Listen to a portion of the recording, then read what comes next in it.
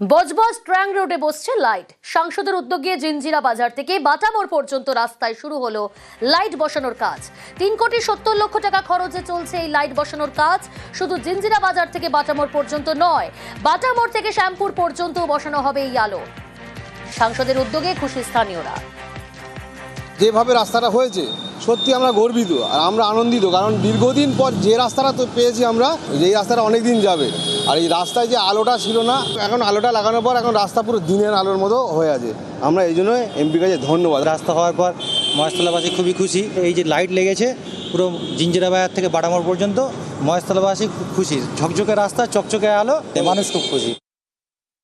তো আমাদের সাংসদও বহুবার বজবজ ট্যাঙ্ক রোডের কাজ করেছিল। তখন সাংসদ দেখলো প্রত্যেকবারই রাস্তা করার পরে 1 বছর থাকছে না, খারাপ হয়ে যাচ্ছে। তারপরে সাংসদ বলেন না, এরকম করলে হবে না, এটাকে পার্মানেন্ট সলিউশন করতে হবে, পার্মানেন্ট কিছু করতে হবে। তারপরে এই রাস্তা কিন্তু ব্লকের রাস্তা হয়। আপনারা দেখছেন রাস্তা কেমন হয়েছিল। তারপরেও একটা মানুষের অভিযোগ ছিল এখানে লাইট ছিল না। মাননীয় সাংসদ অভিষেক ব্যানার্জির উদ্যোগে সেই লাইটের কাজও শুরু হয়েছে। এবং আমি নিজে আমার সাংসদকে ধন্যবাদ যে সে যে কথা দিয়েছিল যে বজবজ ট্যাঙ্ক রোডকে একটা অন্য মাত্রায় নিয়ে যাবে, সেই কথা কিন্তু উনি রেখেছেন।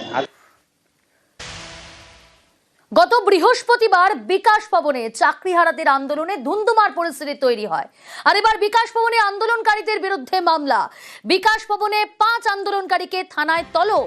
আগামীকাল থেকে বিধাননগর নর্থ থানায় আন্দোলনকারীদের তলব করা হয়েছে। আমার সঙ্গে সরাসরি রয়েছে প্রতিনিধি অনুপ। বিকাশ ভবনে আন্দোলনকারীদের কতজনের বিরুদ্ধে মামলা দায়ের করা হলো, কি জানা যাচ্ছে এখনো পর্যন্ত? তবে গত বৃহস্পতিবার বিকাশ ভবনের সামনে যে সকালবেলা, দুপুরবেলা, সন্ধ্যাবেলা এবং রাতের বেলা যে পরপর যে ধুন্ধুমার পরিস্থিতি হয়েছিল, এবং সেই ঘটনায় কিন্তু পুলিশের পক্ষ থেকে আগেই সুমোটো মামলা দায়ের করা হয়েছিল। পরবর্তী ক্ষেত্রে পুলিশের পক্ষ থেকে সেই সিসিটিভি ফুটেজ থেকে শুরু করে একাধিক তথ্য খতিয়ে দেখার পরেই আগামীকাল যেমন 5 জনকে তলব করা হচ্ছে জিজ্ঞাসাবাদের জন্য, যারা মূলত আন্দোলনকারী, যারা দেখা যাচ্ছে সরাসরি যে একাধিক সরকারি সম্পত্তি ভাঙচুর করছে, বেশ কয়েকজন সরকারি আধিকারিককে মারধর করছে, পুলিশকে মারধর করতে শুরু করে একাধিক উস্কানিমূলক মন্তব্য একেবারে ছড়াচ্ছে। এবং এর পরবর্তীতেই কিন্তু একেবারে আগামীকাল যেমন 6 জনকে তলব করা হচ্ছে জিজ্ঞাসাবাদের জন্য, তাদের বয়ান রেকর্ড করা হবে। তার পাশাপাশি মঙ্গল এবং বুধবার এই দুদিনেও কিন্তু আরো বেশ কয়েকজনকে তলব করা হয়েছে। ইতিমধ্যে সব মিলিয়ে এখনো ফুটেজ দেখার পরে 10 জনের বেশি যারা আন্দোলনকারী তাদেরকে তলব করা হচ্ছে। যেদিনকে গত বৃহস্পতিবার যারা সরাসরি একেবারে আন্দোলনকারী যখন আন্দোলন করছিল, সেই সময় সরকারি আধিকারিক থেকে শুরু করে পুলিশ প্রত্যেককে মারধর করা এবং সরকারি সম্পত্তি নষ্ট করা একাধিক অভিযোগ সরাসরি তাদের নামে ছিল। এবং সরাসরি তারা যে উস্কানি দিচ্ছে সেই সমস্ত ফুটেজও পুলিশের কাছে আসে। তারপরেই কিন্তু একেবারে তলব করার সিদ্ধান্ত হয়। প্রথমে পুলিশের পক্ষ থেকে যে স্বতঃস্ফূর্ত মামলা দায়ের করার পরেই পুলিশ কিন্তু এই সমস্ত ফুটেজ তারা খতিয়ে রাখে। তারপরেই আগামীকাল যেমন এই 6 জনকে তলব করা হয়েছে, তারপরে মঙ্গল এবং বুধবার মিলিয়ে 10 জনের বেশিকে কিন্তু ইতিমধ্যেই তলব করার সিদ্ধান্ত নেওয়া হয়েছে। তাদেরকে জিজ্ঞাসাবাদ করা হবে কি কি উদ্দেশ্য ছিল এবং কারা পিছন থেকে ইন্ধন দিয়েছিল কিনা এবং কেনই বা এরকম গন্ডগোলের পরিস্থিতি তারা তৈরি করেছিল, এই বিষয় নিয়ে কিন্তু পুলিশের পক্ষ থেকে বিধাননগর উত্তর থানায় তাদেরকে জিজ্ঞাসাবাদ প্রক্রিয়া করা হয় বলে তাদেরকে তলব করা হয়েছে। বেশ, সঙ্গে থাকো। যারা যোগ্য হয়ে রাস্তায় ছিলাম তারা তো শান্তিপূর্ণ বিক্ষোভই দেখাচ্ছিলাম, কাউকে কোনো আঘাত হানা হয়নি। বারবার অ্যানাউন্স করেছিলাম আমরা যে কাউকে কোনো রকম অসুবিধায় ফেলা হবে না। রাস্তায় দিনের পর দিন আমরা পড়েছিলাম, তারা ভেতরে একটা দিন আটকে থাকতে পারলে না, তাও এসি ঘরে। তাহলে এই ধরনের অসভ্যতামিগুলো কেন করা হচ্ছে? আমাদের ওপর লাঠিচার্জ হলো, রক্তক্ষরণ আমাদের হলো, আর তাদের নামে কেস দিয়ে ভয় দেখিয়ে তাদেরকে আবার এফআইআর করে ডাকা হচ্ছে। অযোগ্যদের সাথে আমাদেরকে মিশিয়ে দিয়ে অন্যের চোরের দায় আমাদেরকে দোষী সাব্যস্ত করে আমাদের চাকরিটা খেয়ে নেওয়া হচ্ছে। আমরা প্রতিবাদ জানাতে পারবো না? যে 5 জনের নাম এসেছে তাদের মধ্যে একজন ওই দিল্লিতে কেসের বিষয়েই ছিলেন, সেদিন এখানে উপস্থিতি ছিলেন না। তাহলে তাদেরকে কেন নামগুলো দেওয়া হয়, কি ভিত্তিতে?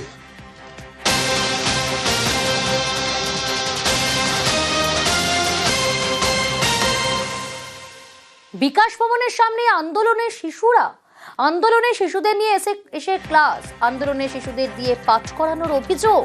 রিপোর্ট তলব রাজ্য শিশু সুরক্ষা কমিশনের। অনুপ রয়েছে। অনুপ, কি ব্যবস্থা নেওয়া হচ্ছে তাদের জন্য? তো বিকাশ ভবনের সামনে যে আন্দোলন করছে মূলত চাকরিহারা, তাদের এই আন্দোলনে গতকালই লক্ষ্য করা যায় মিছিল করে প্ল্যাকার্ড হাতে নিয়ে কিন্তু শিশুরা কিন্তু একেবারে এখানে যে পাঠশালা করা হয়েছিল সেখানে তাদেরকে গতকাল পড়ানো হয়েছিল, পাঠ করানো হয়েছিল এবং সেই ঘটনা কিন্তু গতকালই যখন সামনে আসে তার পরবর্তী ক্ষেত্রে শিশু সুরক্ষা কমিশনের পক্ষ থেকে কিন্তু একেবারে এই রিপোর্ট তলব করলো বিধাননগর কমিশনারের কাছে। মূলত কারা কারা এই উদ্দেশ্য নিয়ে শিশুদেরকে প্ল্যাকার্ড হাতে নিয়ে মিছিল করিয়ে বিকাশ ভবনের সামনে নিয়ে এসেছিল, তাদেরকে এখানে পাঠ করানো হয়েছিল এবং পড়ানো হয়েছিল, কোন কোন শিক্ষক সেখানে উপস্থিত ছিল, কি পড়ানো হয়েছিল, এই সমস্ত বিষয় নিয়ে কিন্তু ইতিমধ্যেই বিধাননগর পুলিশ কমিশনারের কাছে এই রিপোর্ট তলব করেছে। পুলিশের পক্ষ থেকে বলা হচ্ছে আজকের পরবর্তী ক্ষেত্রে কিন্তু এই রিপোর্ট একেবারে পেশ করা হবে তাদের কাছে। তার কারণ যেভাবে মিছিল করে প্ল্যাকার্ড হাতে নিয়ে শিশুদেরকে এভাবে নিয়ে আসা হয়েছিল বিকাশ ভবনের সামনে, সেটা কিন্তু শিশু সুরক্ষা কমিশন ভাবছে অত্যন্তভাবে কিন্তু এটা কিন্তু দৃষ্টিগত মনে করছে তারা। সেই কারণেই এবং এখানে দেখা যায় বিকাশ ভবনের সামনে এইভাবে যে পাঠ করানো হয়েছিল, সেখানে কি পাঠ করানো হয়েছিল, এই সমস্ত বিষয় নিয়েই কিন্তু বিশদে জানার জন্যই কিন্তু পুলিশের কাছে ইতিমধ্যেই রিপোর্ট তলব করা হয়েছে। পুলিশের পক্ষ থেকে বলা হচ্ছে যে সমস্ত রিপোর্ট তলব করা হয়েছে সেই রিপোর্ট অতি শীঘ্রই কিন্তু তারা জমা দেবে। তার কারণ গতকাল এই পরিস্থিতি যখন হয়েছিল সেই সময় আন্দোলনরত যারা শিক্ষক ছিল তারাই মূলত এই শিক্ষকদের সেই ছাত্রদেরকে নিয়ে এসেছিল, শিশুদেরকে নিয়ে এসেছিল এবং এখানেই পঠন পাঠন করানো হয় এবং এখানেই পাঠ করানো হয়। সেই বিষয়েই কিন্তু রিপোর্ট চাওয়ার পরে পুলিশের পক্ষ থেকে উদ্যোগ নেওয়া হয়েছে, এই রিপোর্ট পুলিশের হাতে তুলে দেওয়া হবে খুব শীঘ্রই, এমনটাই পুলিশ সূত্র মারফত খবর। আচ্ছা, বেশ। বৃহস্পতিবার বিকাশ ভবনে চাকরিহারাদের বিক্ষোভ, আটকে পড়েন এক অন্তঃসত্ত্বা কর্মী, তাকেও বেরোতে দেওয়া হয়নি বলে অভিযোগ। দুদিন পর ক্ষমা চাইলেন আন্দোলনকারী শিক্ষক ও শিক্ষাকর্মীরা।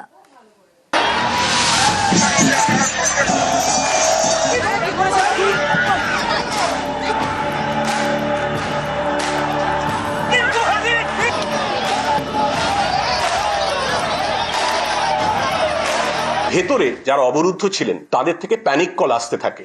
একজন সন্তান সম্ভবা মহিলা ছিলেন, অসুস্থ বোধ করছিলেন, তিনি বাড়ি যেতে চাইছিলেন। মাইকে বারবার অ্যানাউন্স করি বিনা দোষে আটকে আছেন তাদের বাড়ি ফিরতে দিন।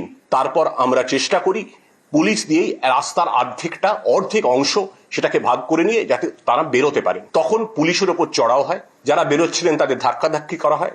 বিনা দোষে 500-600 মানুষকে, অসুস্থ মানুষকে যদি আটকে রাখা হয় এভাবে, তাহলে সেই আন্দোলন গণতান্ত্রিকও থাকে না, শান্তিপূর্ণ থাকে না।